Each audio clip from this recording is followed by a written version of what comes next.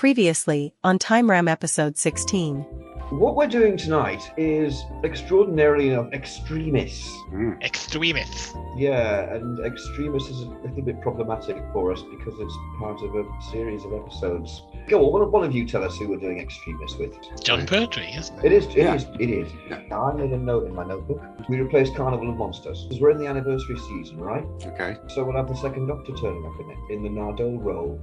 Wow, we're really mixing this shit up. There's the execution of the Master at the very beginning of it, because Hmm. that's going to happen in 73, but work with it. It's the anniversary season. They are pushing the boat out, you know. I was thinking you would probably start episode 1 in the unit lab. The Doctor's working the TARDIS. Joe comes in, they have a bit of banter, you know.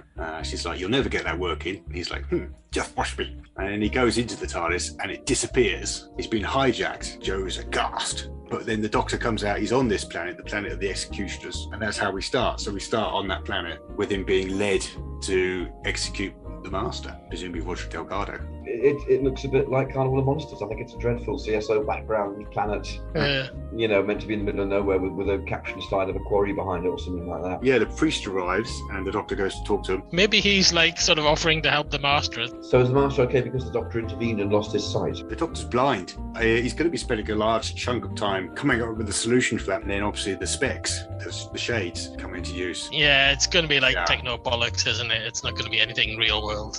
The priest, the mysterious priest, takes him back to the TARDIS. And then reveals that he is Troughton. Well, there's the end of the episode, maybe. Yeah, well, yeah. It's me. Who?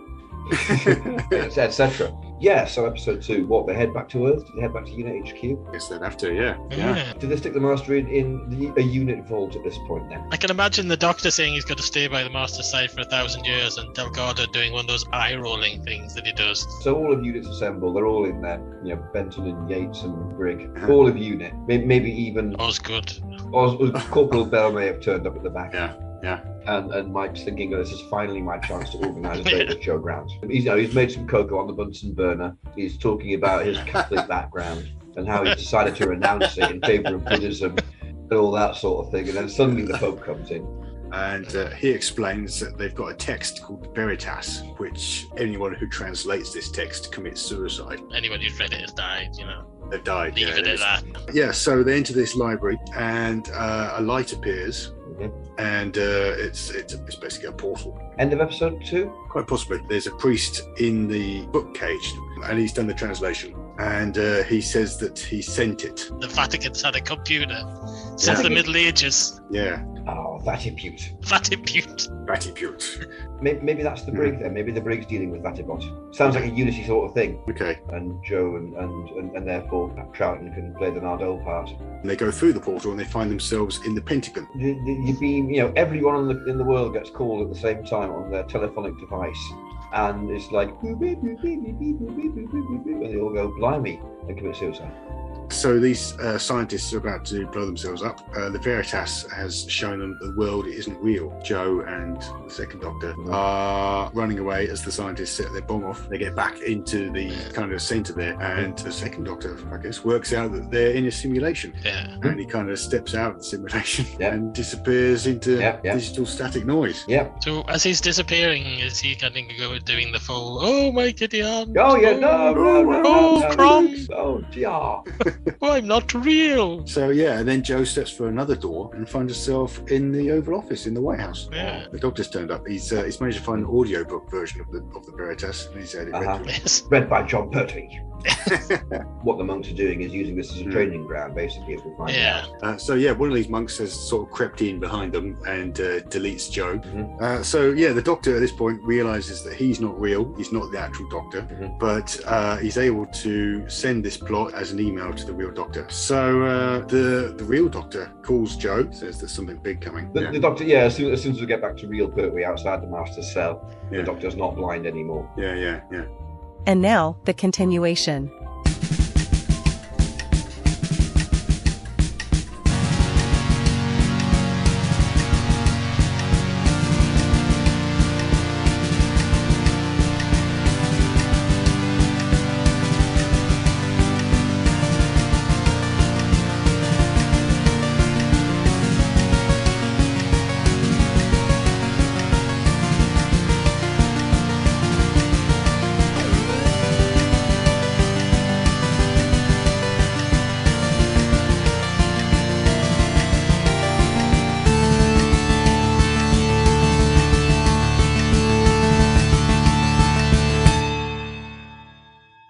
Time Ram! Once upon a time, there was a little girl called Goldilocks, who was on the way to visit her grandmother when she came across a strange house in the woods. Inside the house were 3 bowls of porridge. The first bowl was too hot for Goldilocks.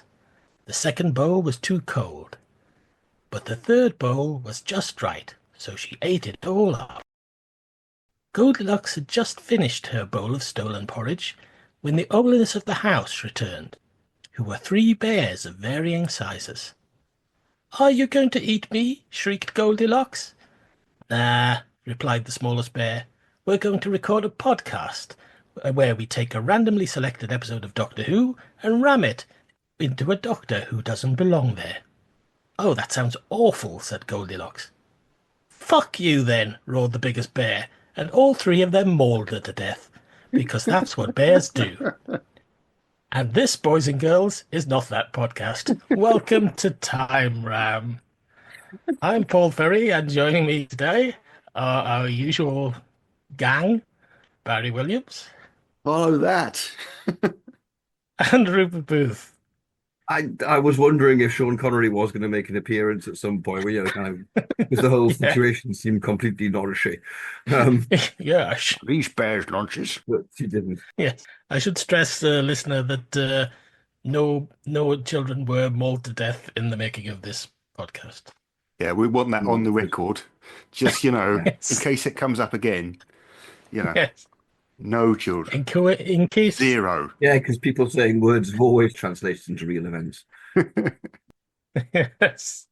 Yes, that's happened again, hasn't it? We've mentioned somebody in one of our podcasts and they've passed away. It's very unfortunate. Yeah. Well, I guess we keep mentioning people of a certain vintage, but it's a bit upsetting. It was funny that Putin died, wasn't it?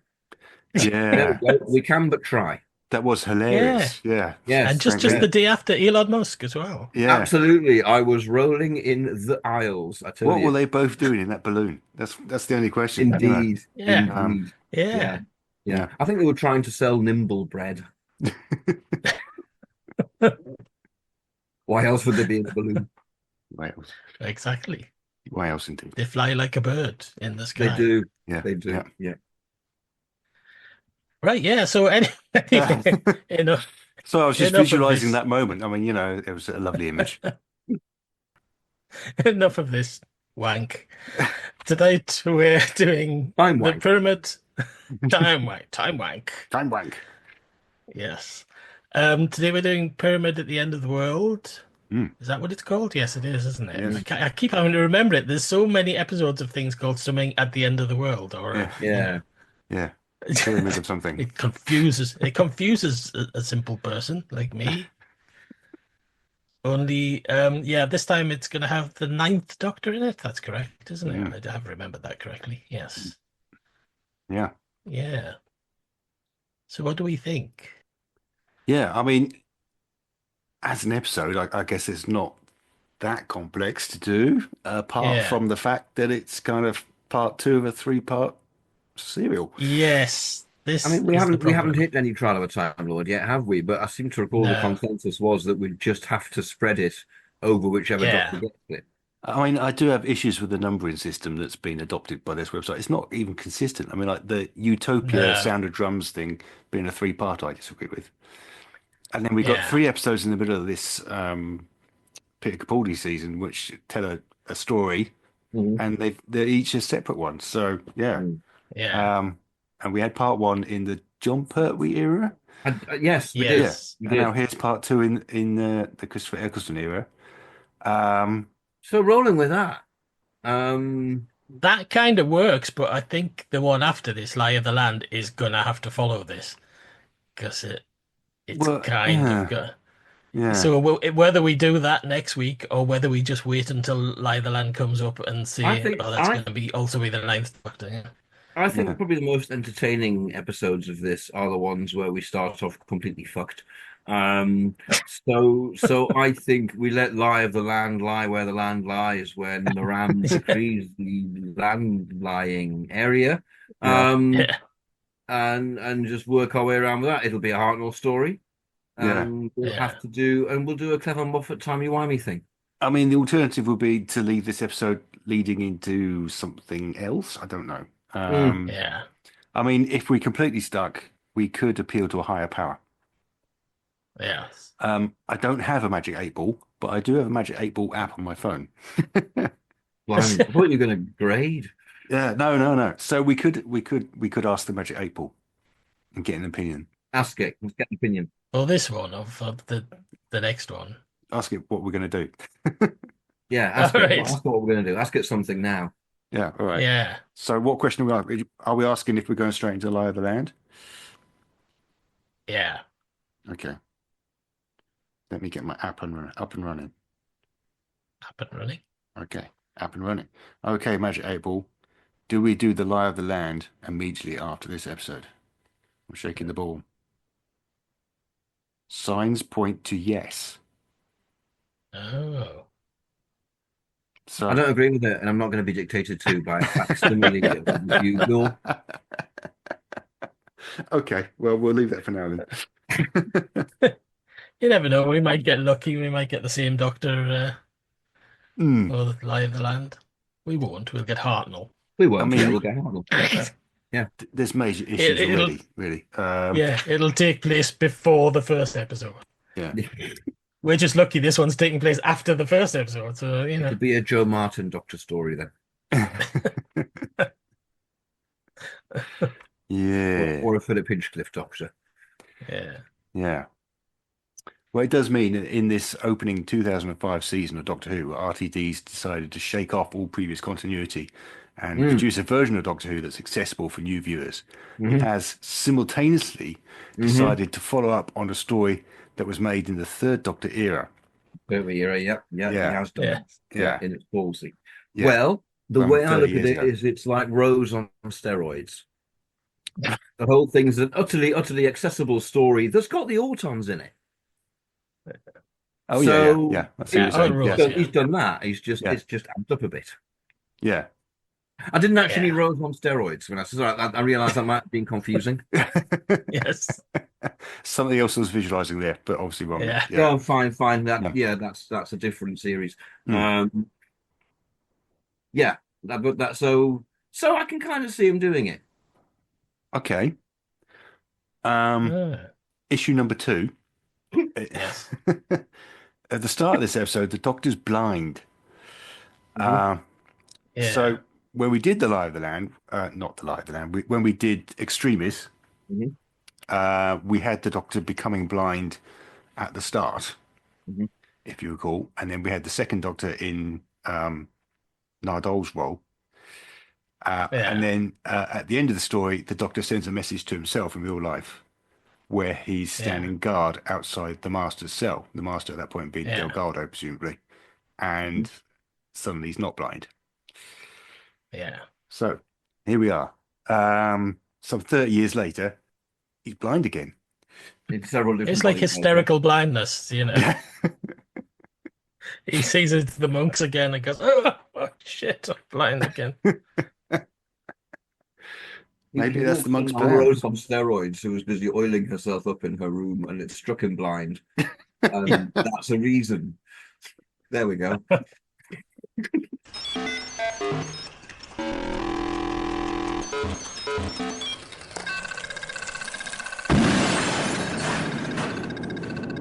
Thank you, Doctor. Yeah, I mean the reason that he became blind in our previous in Extremis was he stepped in to stop the Master's execution apparently, and that sent him blind. So I haven't had a chance to watch it, so I'm a bit. Let's see. Does he remain blind for long? Is it a major thing that he's blind throughout? It's really major that he's blind Now, in of this course episode, it is. and he's blind Fine. Marvelous. right up until the Okay. end. Yeah. Okay. He trips over a bit of debris on the floor of the TARDIS and knocks his head on the console in a way that temporarily blinds him. It's either that or Rose and the chip fat. It's up It's to got. I mean, there's got to be some kind of pre-credit where he goes, "Rose, I'm blind." Yeah. Can there be a story reason why? I mean, it'd be a great cliffhanger, be a great pre-credit Yeah. ending with that. Maybe it is the monks. Maybe the monks do something Mhm. mid-flight. If it's Eccleston, he'll be going, I'm blind, like the British people are blind to the fate of the working classes. All right. To just get some class thing in there. Yeah, yeah. Yeah. Well, okay, so he's just suddenly they're having a bit of banter, and he's just suddenly struck blind at the end of the pre-credits. And then when we come back, we get a bit of flashback to the Right. Pertwee Yeah. era. To the Pertwee era.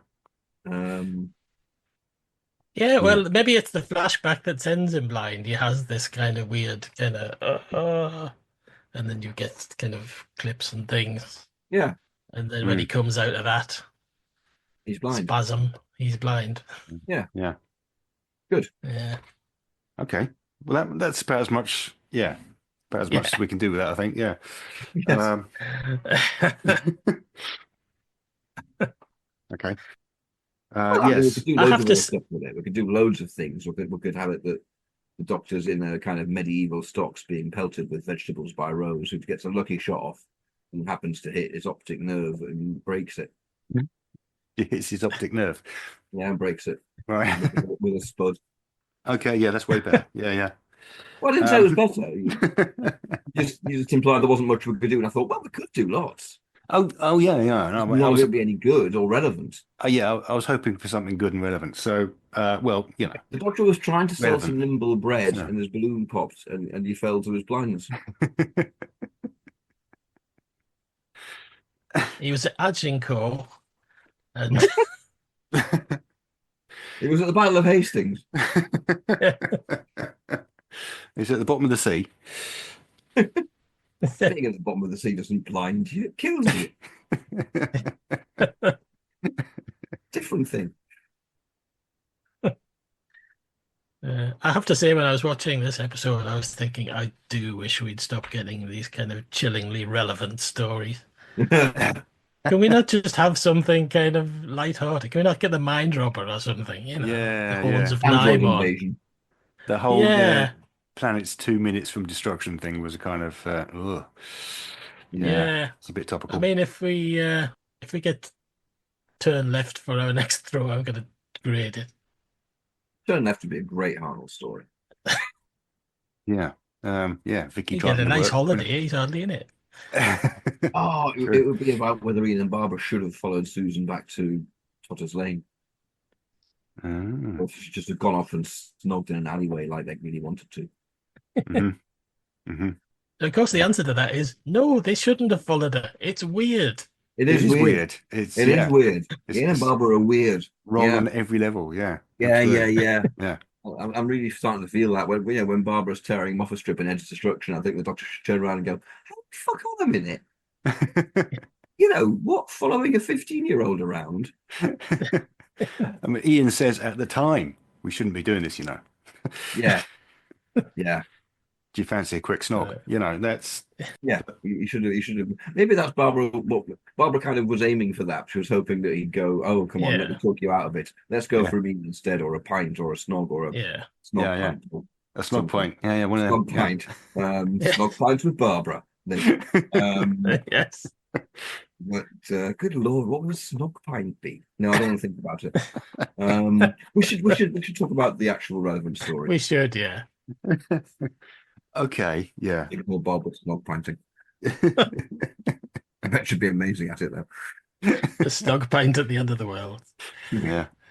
See the suction on her. Don't do it. Anyway. Pint of it. Got in 5 seconds. So well, Yeah, she's got a ticket to ride. The episode as it stands opens with Bill relating to her date about how their dream hookup went wrong in Extremis when the Pope turned up. Yeah. And obviously we get a bit of a gag because this time the Secretary General of the UN turns up. So this is presumably Rose talking to Mickey. Mickey's mother, Ah. who would have been the right age in the Pertwee era. Right. Okay. Well, and hooked up with Joe because I don't remember. Well, I don't remember us doing that. But I think Mike. Joe I had think a we had date with Mike Mike Yates. That's right. Yeah, there we are. Joe had a date with Mike Yates. So, So hang on. Rose is So talking to that Mike means that Yates. Mickey hey, is. Does that mean that Mickey is Mike Yates's love child? if you like. Wow. I'm not sure I do like, but let's go with it.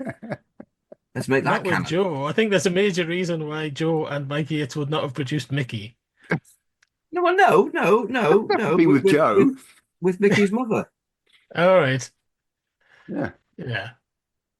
I mean, for a start, Mickey would be a lot older. Yeah. Yeah.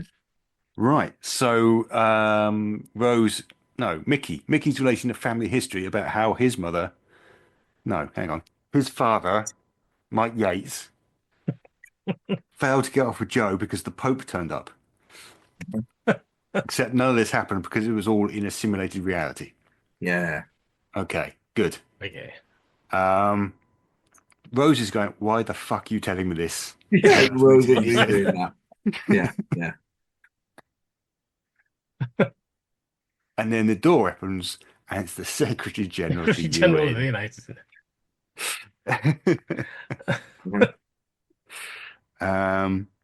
And he's looking for the president. He's looking for the president of the earth. Mhm. I hate all this stuff. I have to say, this President of the Earth stuff. President of the earth. Well, we can Hate change it. that. We have the freedom. We can do Yes. something else. Yes. There's not many times that Moffat really kind of does something stupid, but I think the President of the Earth thing is It's pretty one of silly. them. Yeah.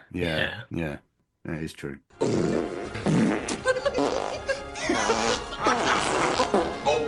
There I go.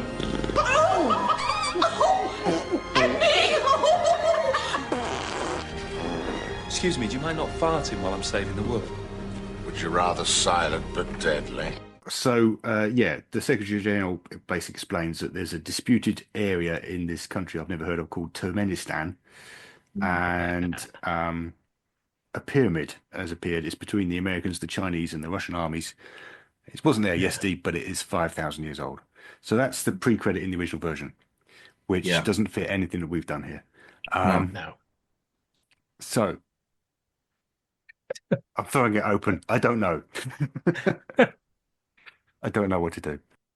It's going to be one of those just Rose or Rose's mother is watching the telly and it's suddenly telling you about a pyramid that's Yeah. turned up. Yeah, You know. that's more RTD, isn't it? Yeah. Yeah. Yeah. Yeah. On the BBC News. And And she the scene gives, with Hugh Edwards, with his liver had to cut out. and she gives Rose a call and says, "Have you seen this?" Uh, And Rose goes, "He's blind, Mum." Yeah. Yeah. That's I exactly what she can't does. see nothing. I assume they're traveling with Jack, so Jack can get the TARDIS back to Earth. That'd be I rather think it'd be useful. quite nice to have the Doctor being so au fait with the console, it just doesn't slow him down for a second. Yeah. Well, the original version obviously has got Bill and Nardole both in quite major roles. Uh-huh. So if it is a Rose and Jack episode, he does have several useful functions. Let's put Jack in it. Yeah, I would say let's put Jack in it. Put Jack in it. Okay. So yeah, the Doctor's ruminating about the end of the world, Yeah. and he's quite worried about these monks. Presumably, having just had a flashback to monks and then lost his eyesight, that would make you quite Yeah, worried. that would worry me. Yeah, Yeah. definitely. That would concern me greatly. Yeah.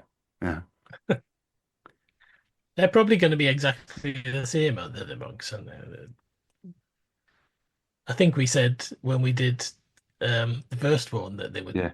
look more or less the same in the 70s. So they're going to look more or less the same, even more so now, aren't they? In 2005. Yeah. I mean, yeah. No reason to make them any different, really, is there? Yeah. I think we had them slightly less horrific in the 70s. I think it'd be slightly less grotesque and less kind of Yeah. decayed Yeah. flesh. Yeah, but now we're in the noughties, they might grotesque them up a bit. Mm-hmm. Yeah. So the Doctor's not really wanting to get involved, but he can't help it because the TARDIS has already been brought onto the UN plane. Mm-hmm. Yeah. In ways.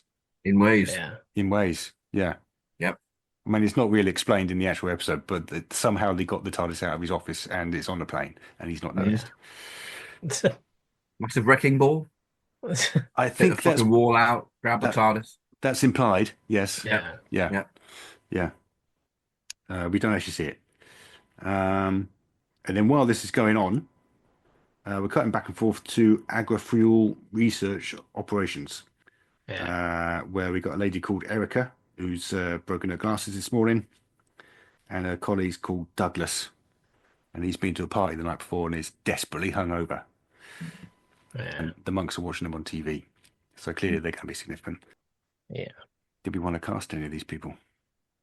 Oh god, it's 2005. I don't know anyone. No. Annika Rice. As Douglas. Yes. Right. Good. Why not? Yeah. Why not? Marvelous.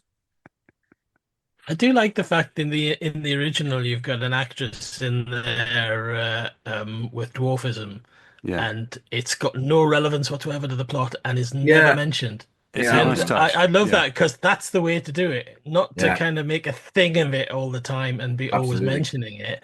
You know, just have representation. Yeah, put it in there. Just have representation without making a point.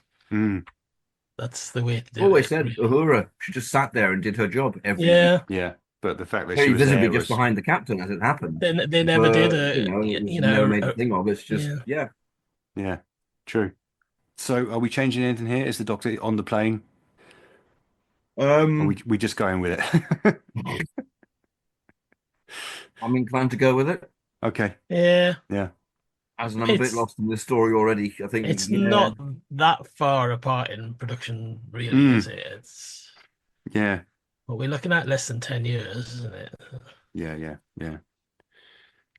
The effects are quite smooth. They arrive at this pyramid, and I'm not quite sure where they shot it. It might have been South Africa or something like that, but it looks pretty good. It does. And they meet with these army generals. Yeah. And in the episode as it stands, the Doctor's not admitted to Bill that he's blind. So we get quite a lot of shenanigans where he's using his sunglasses to kind of represent where he is. And Nardol's actually directing him. Which I think is not quite the relationship with Rose and Jack, is it? No, well, he's already admitted to Rose for a start, hasn't he? Because she was waiting to find out her mum. So Rose would be desperately worried, but he's like, I can get on with it. And Jack's just grinning at everyone.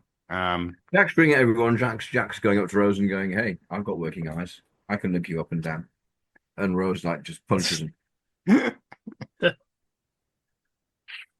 Horrible. So the Doctor walks up to this pyramid where a door opens in the side and a monk comes out. And basically says, "We will take this world when you ask us to." Yeah. Which is quite nice. Yes, it is. And then every clock in the world goes to 3 minutes to midnight. And the Doctor says, it's the doomsday clock. Somewhere, somehow, the end of the world has begun. I think we're running into that problem again that we find with adapting a new series story to another new series story. We end up not changing very much because the beats are basically going to be the same, aren't they? Yeah. Yeah. I mean, I'm not interjecting here because I'm going, there's nothing to interject with. Yeah. Yeah, it's all very serviceable. Yeah. Yeah. Which doesn't necessarily make for the best podcast episode. Yes. I mean, I've got a feeling that, RTD wouldn't do this story, but when you lay it out there, it's hard to put your finger on what you'd change. But certainly in terms of the way it's written and the way it's going to be made, the general beats, the general feel is going to be the same. The production values are going to be the same. Yeah. It's not like sticking it in get it in a Friday in Lime Grove situation. Yeah. Which, you couldn't really do this. I suppose you could. It would just look like Keys of Marinus. It'd be a pyramid like that. Yeah. I mean, in 2005, they're not going to be filming in South Africa, so it's going to be Wales. No, but it'll be a quarry in Wales, and it'll look be a quarry in Wales. Serviceable. Yeah. And Yeah. we'll grade it up to look like South Africa. It'll be Mm. sort of hot looking. Yeah. It'll be tipping it down, but yeah, He'll be tipping it down. Yeah, he'll be absolutely tipping it down, and everyone will be shivering, but it'll Yeah. still somehow look hot. Yeah, I mean, in the 2005 series, they were still quite big on practical model effects, weren't they? I mean, Yeah. the Slitheen spaceship crashing into Big Ben and all that was Yes. a model effect. I think Yeah. It was. by Mike Capaldi's Tucker, era, they'd probably do that as a digital effect. But Yes, it did. Yeah. Mm. They'd have Mike Tucker building this pyramid and sticking it on a glass shot or something. Yeah. Potentially. I mean, you've got a lot in Eccleston's first season that is CGI as well. Satellite 5 and all that stuff. That's all CG. Yeah. It's an interesting division of models. I suppose what you probably do actually is build quite a big model and then take it out on location, because then you've got natural lighting falling on it. And you can't beat that. Yeah, I mean, it's always look. I mean, there's that shot from Tomb of the Cybermen still looks really good. Yeah. Even when you know how they did it. And the similar one from Attack of the Cybermen. Yeah. Where they've got cyber control in the distance, except it's just like a couple of feet away. It's just very small. Yeah. It works perfectly well. Yeah. Because I mean, that's the thing with the early CG as well, isn't it? It kind of looks fine when you've got a spaceship in space or something, but if you put it in broad daylight, suddenly it looks very CG. Yeah, you put it in I've real always context, thought CG is going to date horrifically because 20 years ago CG was still in its fairly comparatively early days. Comparatively. And it has dated badly. But I mean, things like Star Wars, the Phantom Menace and so on, they've dated really badly as well. Doctor Who shouldn't feel bad. It had a fraction of the budget for that. It's just the advancement of technology. And I find that quite fun. It's like Doctor Who's continuing to date and look a bit shoddy by comparison with, whatever else, and that's fine. Everything does, yeah. I recall that I went to see the cinema. I went to see The Mummy with Brendan Fraser and The Phantom Menace on the same day. And it was striking at the time how much more detailed and effective the CG work was in The Phantom Menace. Right. Much less entertaining film. Yeah. But yeah, they're both equally dated now. They're both of their time. Yeah. But I mean, even with the sort of matte work on things like Star Wars, doing it in daylight was always a problem, which is why the worst mattes in the Star Wars films are in The Empire Strikes Back and all the stuff on the snow. Because everything in the original versions, everything just has these thick black matte lines around it. Background. And it's because the background is so light. In space you don't see it. But you can tell that when we haven't got any ideas about an episode, when we're just waffling about all sorts of shit. We're just waffling about matte lines. Matte lines. Proper pod. Wallop. Yeah. This is the Doctor. Present time, the High Council Time Keeper of the legacy of Rassilon. Defender of the laws of time. Protector of Gallifrey.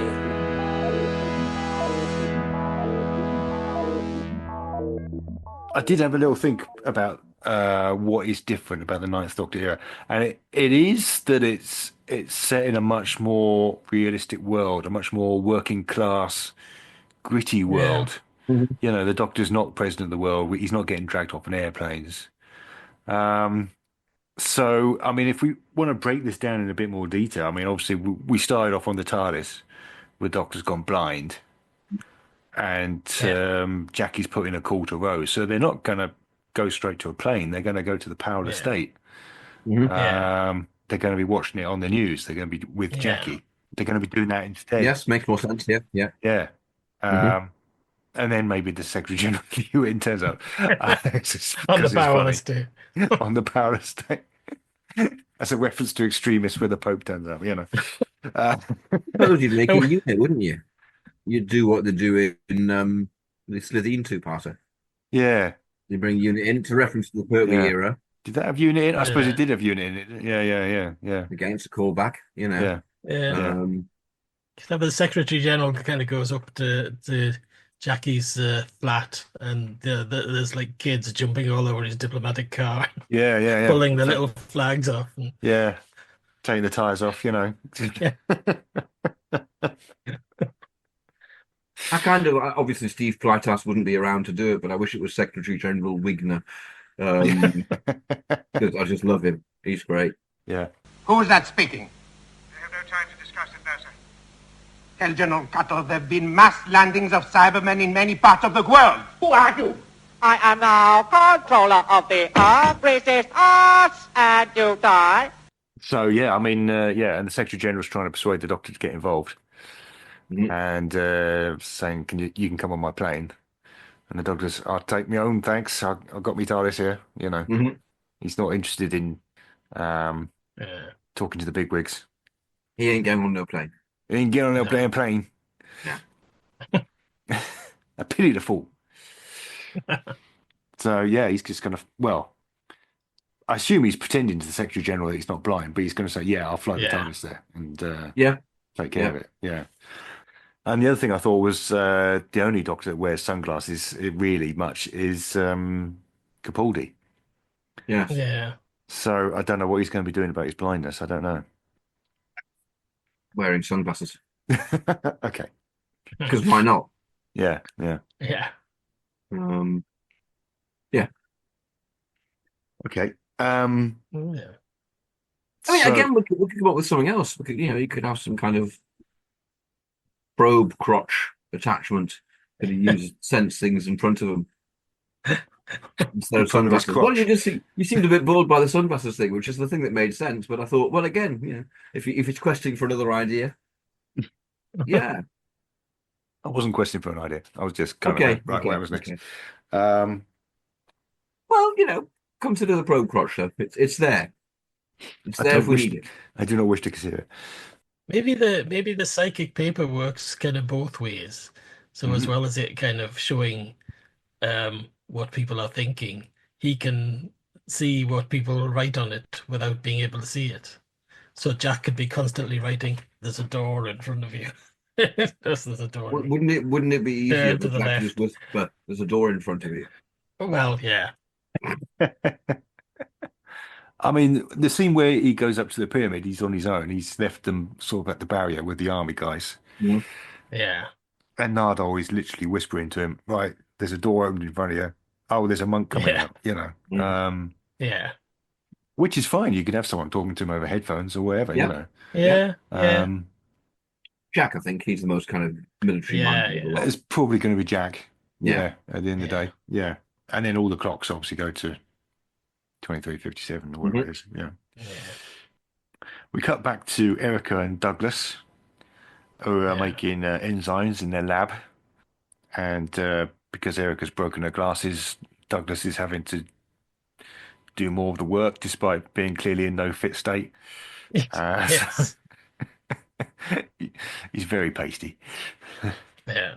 So the Doctor gets the army guys together, and I think he's desperate for a solution. So he actually authorizes an attack on the pyramid. Which again, I can't see Eccleston doing that. I can. He does it in World War III. Is Eccleston in charge then? Exactly what he does. He calls the rockets in, and Mickey has to do it.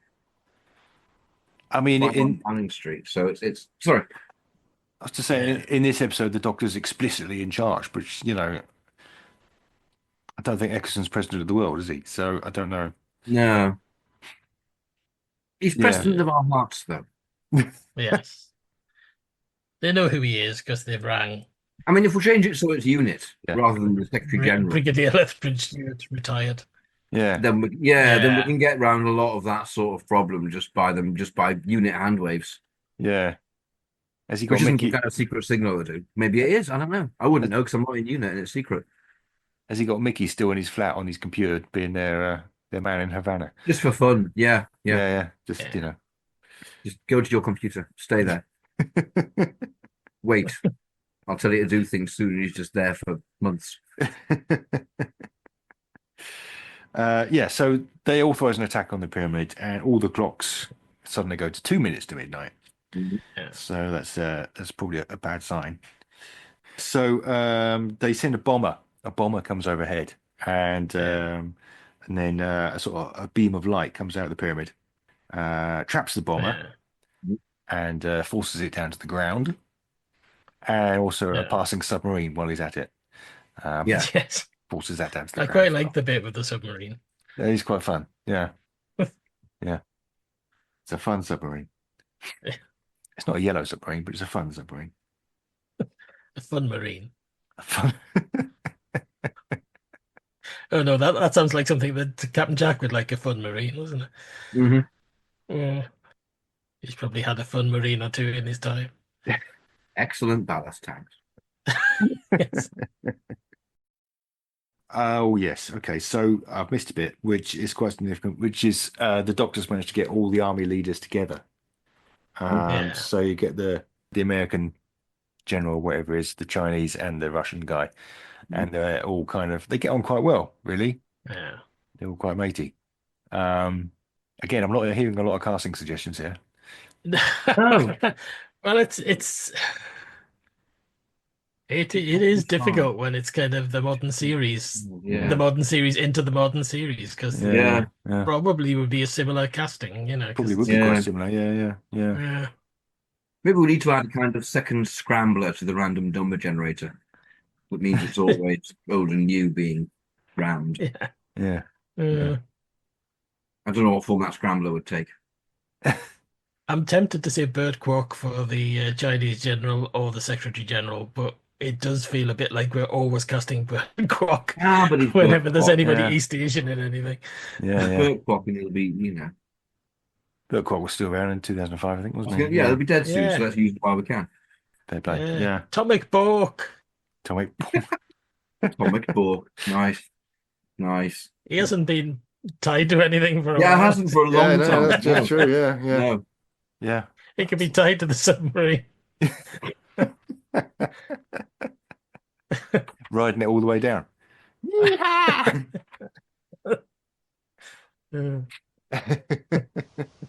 Listen, I mean, it's not going to help either one of us if the doomsday machine goes off now, is it?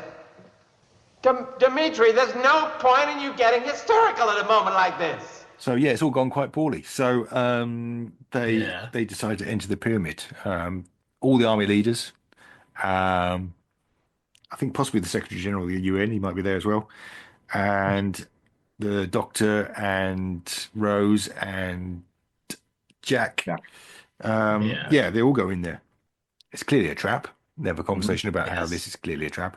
But they go in there anyway.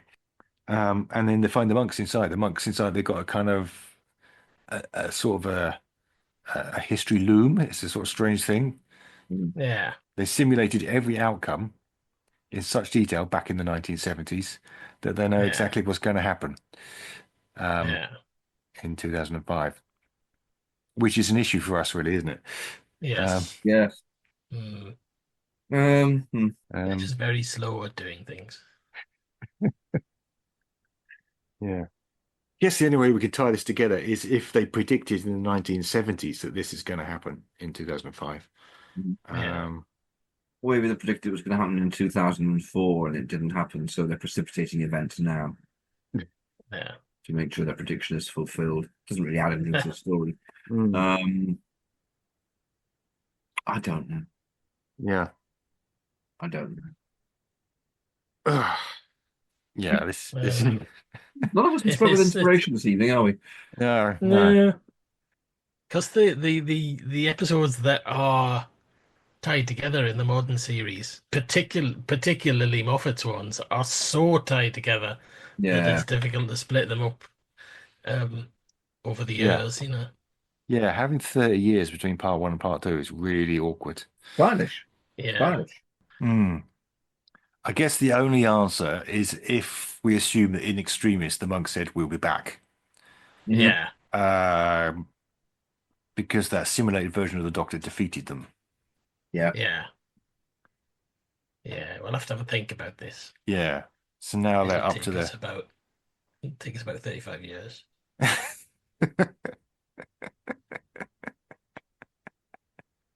It's like deep thought. Yeah. Maybe they're all monk beauty. Yeah. I'm not sure. Let me get back to you. You want a sandwich? Yeah, there's got to be a reason why they've waited 30 years to do this. God.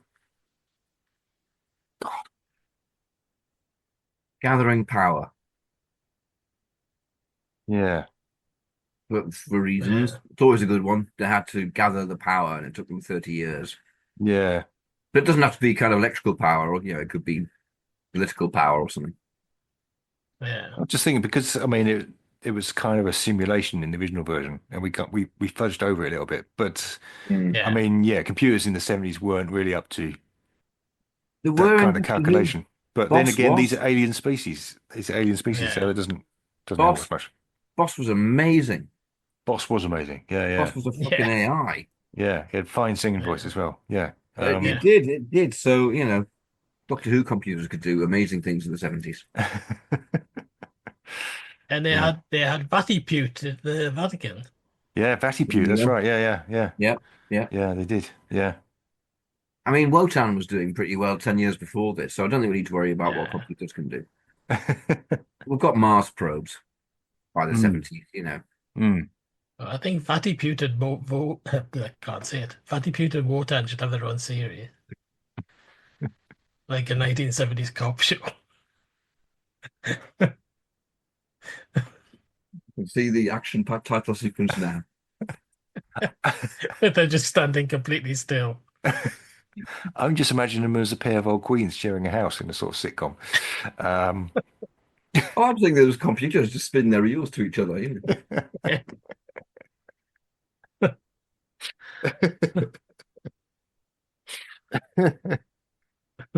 Having a Ford Capri somehow. Stop spinning real computers behind me.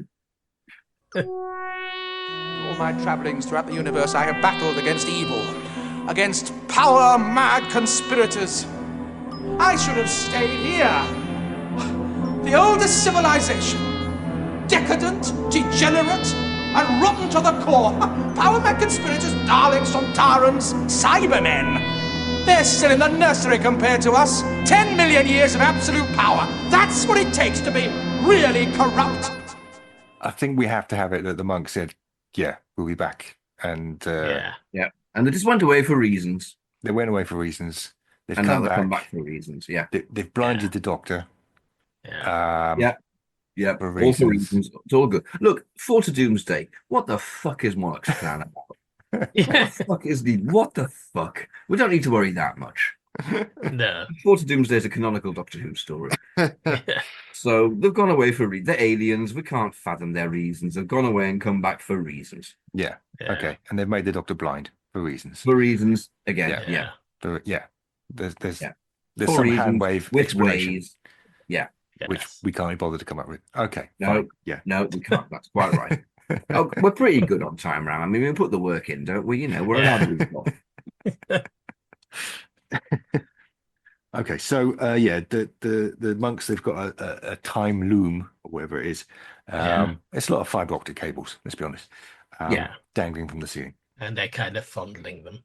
They're fondling them and they're predicting. I would. Yeah. I would totally do that. Oh yeah, absolutely. I mean, in the Tomorrow People, I'd be all over Tim's tubes. I'd be just reaching up and tubes, with your brain fluids. Because can't resist it. Great. Yeah. So they've predicted that humanity will destroy itself within hours, basically. Mm-hmm. Yeah. There's a catastrophe coming, and they can stop it, but only if the Earth consents to their dominion. Yeah. And then all the clocks go to 11:59. Mm-hmm. Yeah. So just so you know, they're serious about this. Yeah. They mean it. Yeah. So the UN Secretary General kind of goes, okay, we consent. Yeah. Wigner wouldn't have done that. Wigner would have fallen on the fucking beaches.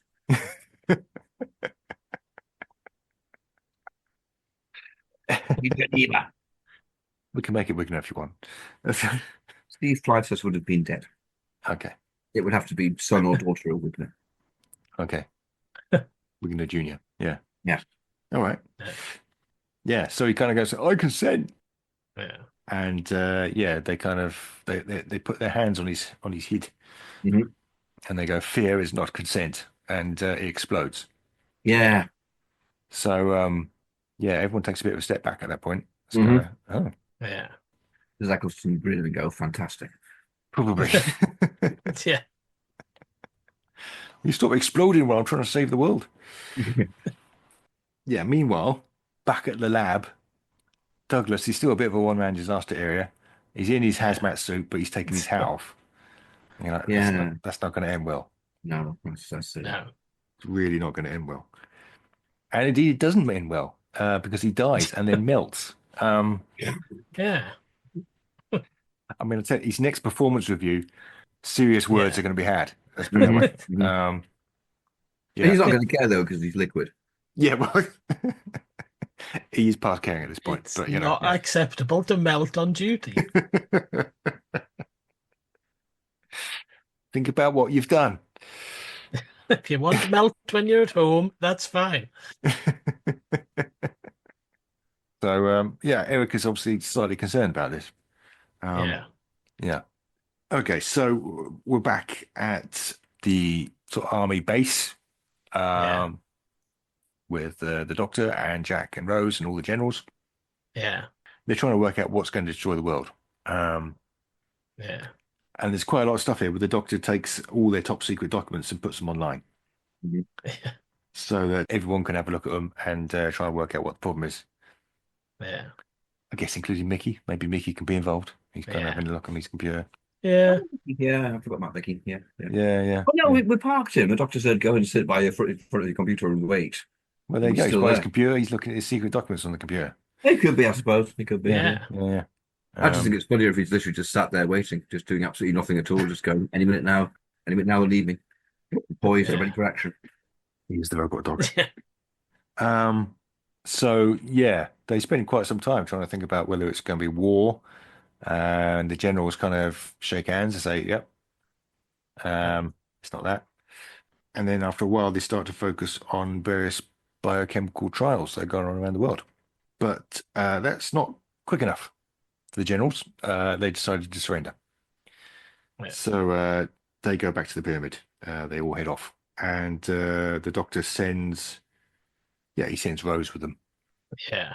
So Rose goes with them while he and Jack head off in the TARDIS. They're going to look for the whatever biochemical trials going on.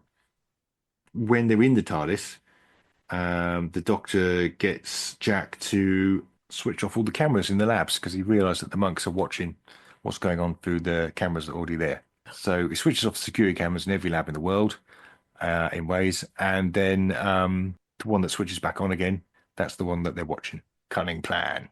Yeah. So, they go there. And the Doctor meets Erica. They come out of the TARDIS very briefly. The Doctor tells Jack to go back inside because this nasty biochemical stuff going on.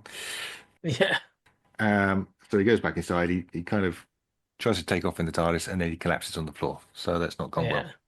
How is this going to work for Jack, though? Because he's indestructible, isn't he? Not yet, he isn't. He's not. That's a good point, actually. Yeah. I mean, Niall was meant to be part robot, but he kind of collapses anyway, doesn't he? I guess Jack's going to be even more vulnerable. I don't know what Nardo is. It's quite brilliant that they never really explained. Yeah, absolutely. Yeah. So the Doctor's kind of calling the army guys. Yeah. I guess Eccleston's got a phone in the TARDIS, so he can call them up. And they give him 2 minutes basically. They're like, we're going to surrender, which is fair because this lab is now in emergency protocol, which for reasons means that it's going to open all the vents and vent this deadly toxin that they've developed into the atmosphere. Nice. Which is it's really a good design, really, isn't it? Someone's not thought that. If you were designing a chemical laboratory that makes diseases, it's bad form Yeah. Yeah. To design it with vents that will vent With your vents, chemicals in the atmosphere. Yeah. I mean, they've got all these airlocks, they've got these sealed doors, everything's sealed in, very carefully until something goes wrong, at which point it's like, yeah, free for all. Just Yeah. send it out there. Yeah.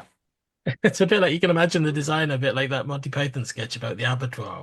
Morning, gentlemen. This is a 12-story block combining classical neo-Georgian features with all the advantages of modern design. The tenants arrive in the entrance hall here, are carried along the corridor on a conveyor belt in extreme comfort and past murals depicting Mediterranean scenes towards the rotating knives. The last 20 feet of the corridor are heavily soundproof. The blood pours down these chutes, and the angled flesh slurps into these large... Excuse me. Did you say knives? Rotating knives, yes. Are you proposing to slaughter our tenants?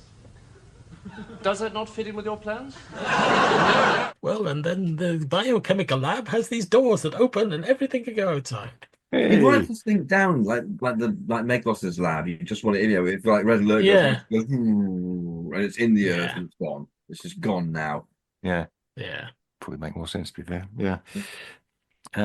That's not what this lab does. It's got deliberate end of the world protocols just to speed it up. Yeah. It's a bit like this lab was designed by Donald Trump. It's kind of end of the world coming. Bring it on. Except having said that, it was not built in the first place, so it couldn't have been designed by Donald Trump. Yes. Yeah. So Erica fills them in on what's going on. So the only plan they've got at this point is to burn the. It's kind of bacteria, isn't it? Yeah. So they're going to burn everything, and then that will sort it out. Yeah. So it is bacteria. And the bacteria itself is making ethanol, which is highly flammable. So all they have to do is set it off, basically. Meanwhile, the army leaders are meeting the monks. They finally decided, we're surrendering. This is it, we're surrendering. We are now. The monks say that strategy is not consent. They all die. So, there's just Rose left in this pyramid, all by herself with these monks. Mm-hmm. She's not happy. I don't know if it's in this one or in the next one where one of the monks says something about, we need you. It's not enough that you just agree to us. We need you to love us. And you're just thinking, that's just weird. Yes. Like, you are some of the creepiest aliens we've ever had in Doctor Who. You're not as bad as Ian and Barbara, mind you. No.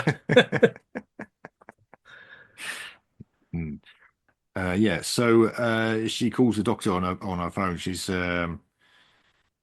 doesn't know what to do. The monks are saying that she needs to ask for help and actually want it. And she's like, I'm getting out of here. I'm going to run. It seems sensible. Back at the lab, the doctor's sort of developed a bomb. He's setting this bomb in the lab, and as soon as he does that, all the clocks go back. He saved the world.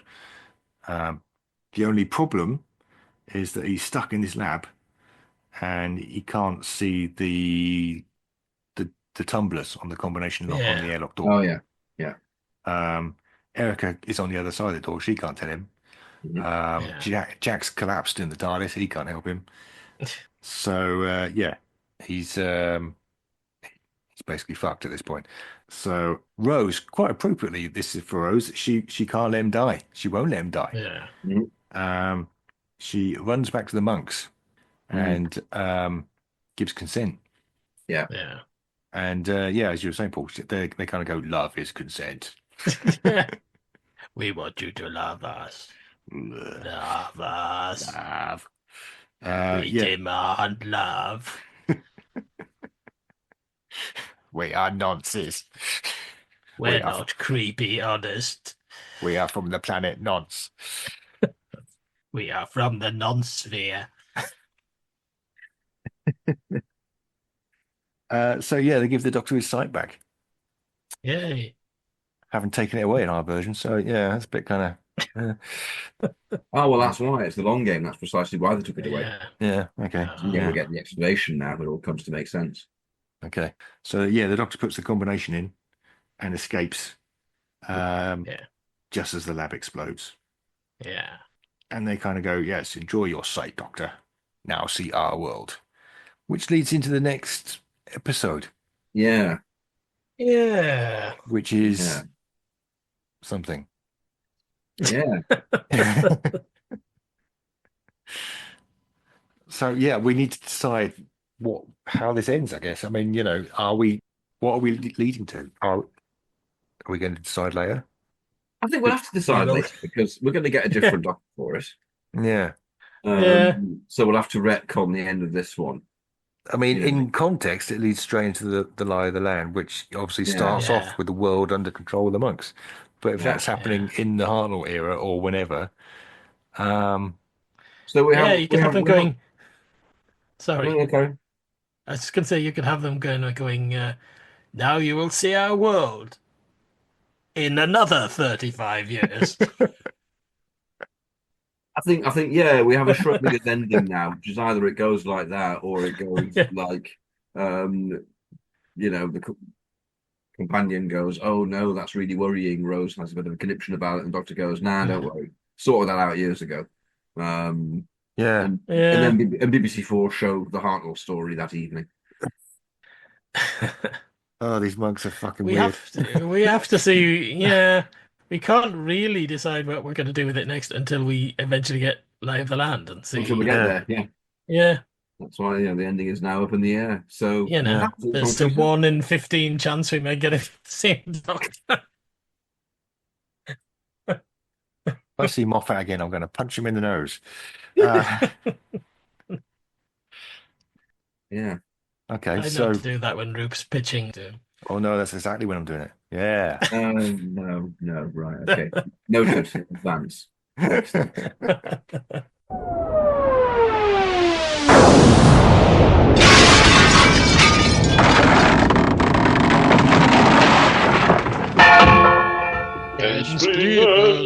Ensplinment. Do you think we should enspleen? Yes, let us enspleen. Yeah. I'll have to say, it's probably the most clear in my mind of any of these that it's worse. Because it doesn't belong there, and we've changed hardly anything. Yeah. It's unusual. We haven't even cast it really. It's unusual for us. No. But then none of the subsidiary characters are really that distinctive. No, they're not. No. I was to say, I mean, we like Erica in the episode, but our main characteristic is that she's there, and when the Doctor meets with her, he kind of flirts with her outrageously. And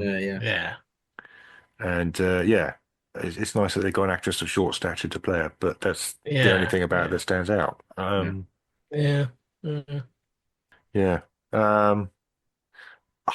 can't. I think it's going to be much for a muchness. I do like this episode. If it had always been there, if it had been written for Eccleston, then it would have been fine. But the fact that it's the middle of a kind of 3-part thing, it doesn't really belong in that era. Means it's difficult to kind of. And we have to contrive the blindness at the beginning. So there's a lot of contrivance just to make it work in the first place. Yeah. Thank God he's still not blind in part 3. Otherwise, you'd probably get that with another Doctor and be like, "You're blind again?" Well, I mean, at some point we're going to have to do Oxygen, where he goes blind in the first place. So we're fucked however you look at it, really. Oh God, yeah. Oh, that's all right. Well, at the end of Oxygen, it'll just be like Leela's eyes and the Fang Rockets kind of, "Oh, I'm blind. Oh no, I'm fine again now." My eyes have changed color a bit. Good. Hurrah. Yeah. That's quite real issues for us that season. I mean, this season does kind of sag, doesn't it, in the middle? Yeah. But I feel like it's kind of after this point. I feel I quite enjoy everything up to this point.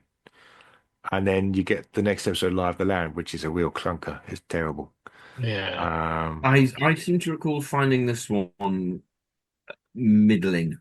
Really clever. It's really clever what the monks are doing. It that's is. Not consent. This is not consent. Oh, that's consent. There you go.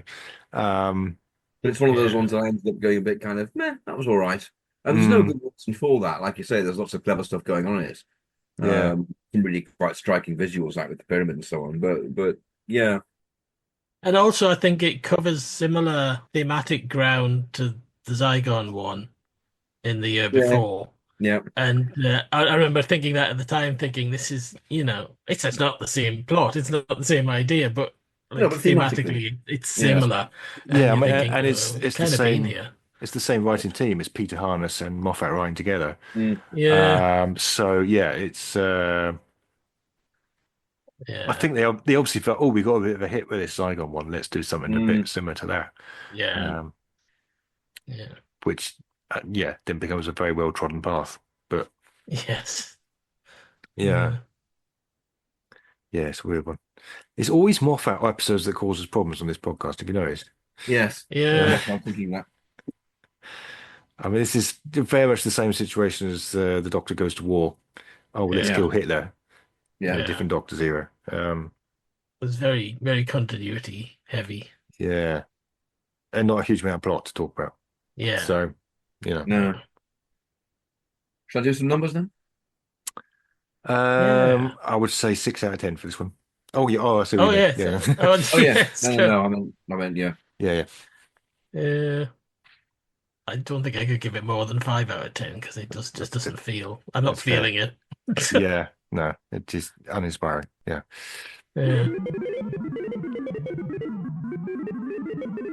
Okay, the Doctor is Colin Baker. Yay! Okay. In story,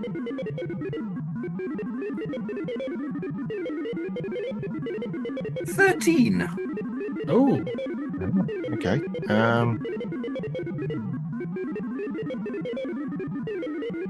Well, it's a Marvel story.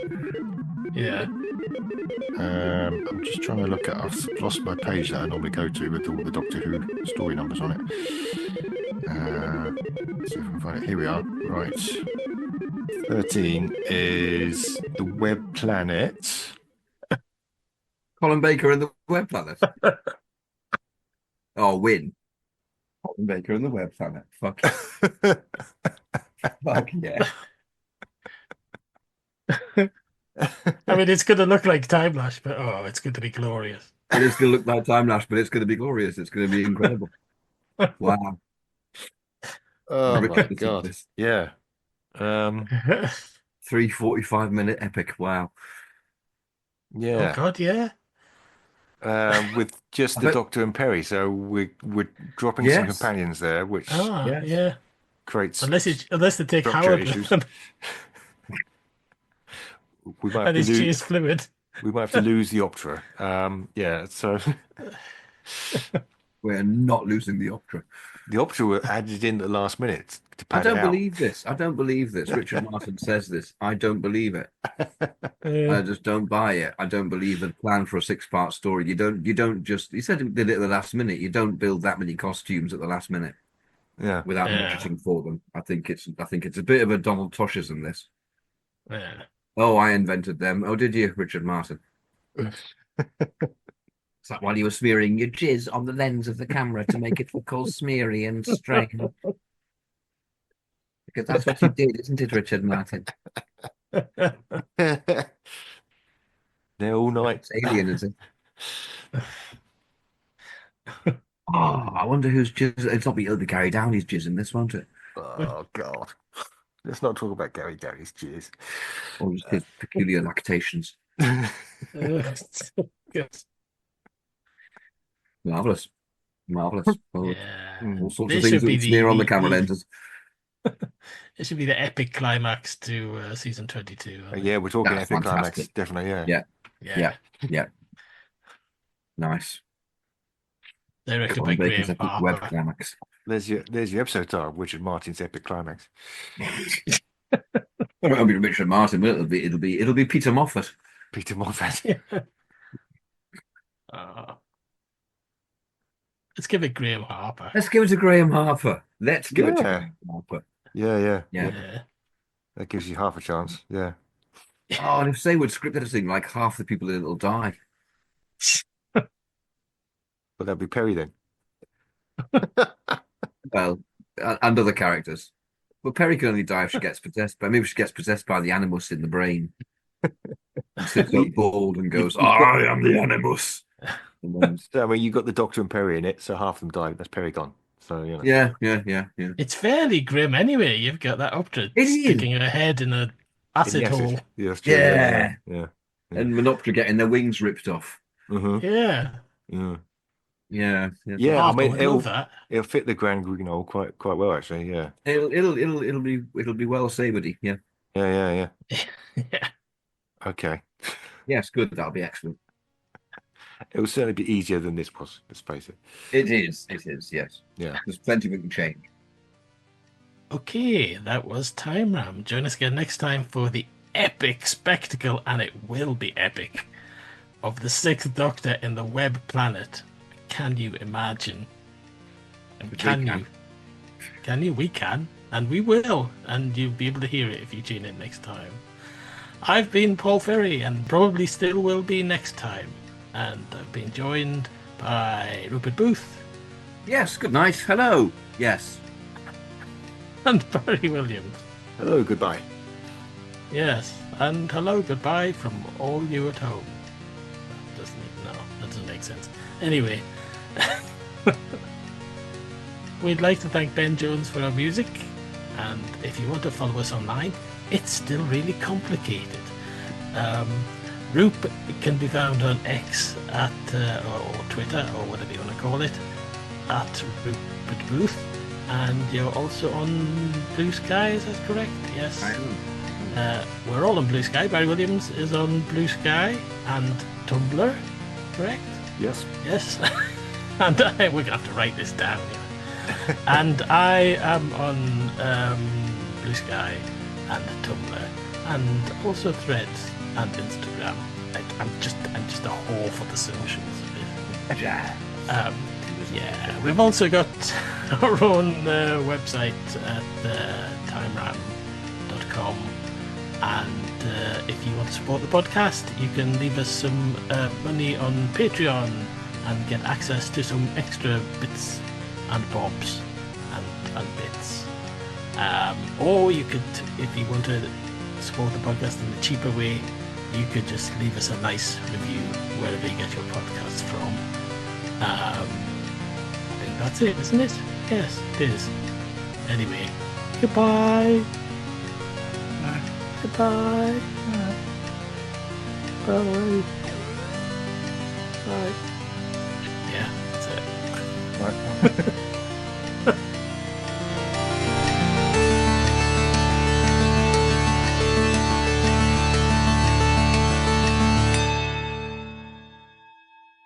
Curse you, Elon Musk. Yeah. Yeah, it's a shame about his accident. Yeah. Yeah. God, who'd have thought, you know? Yeah. Little ballooning moment. Yeah, landing on a church spire like that as well. I know. Yeah. And funny enough, exactly the church that Trump was in. Remarkable. Yeah. And then the church caught fire. Unbelievable. Yeah. The whole thing sank down to hell. It was extraordinary, really. Yeah. And all because we'll try to sell nimble bread. Direction point! A Doctor Who podcast network.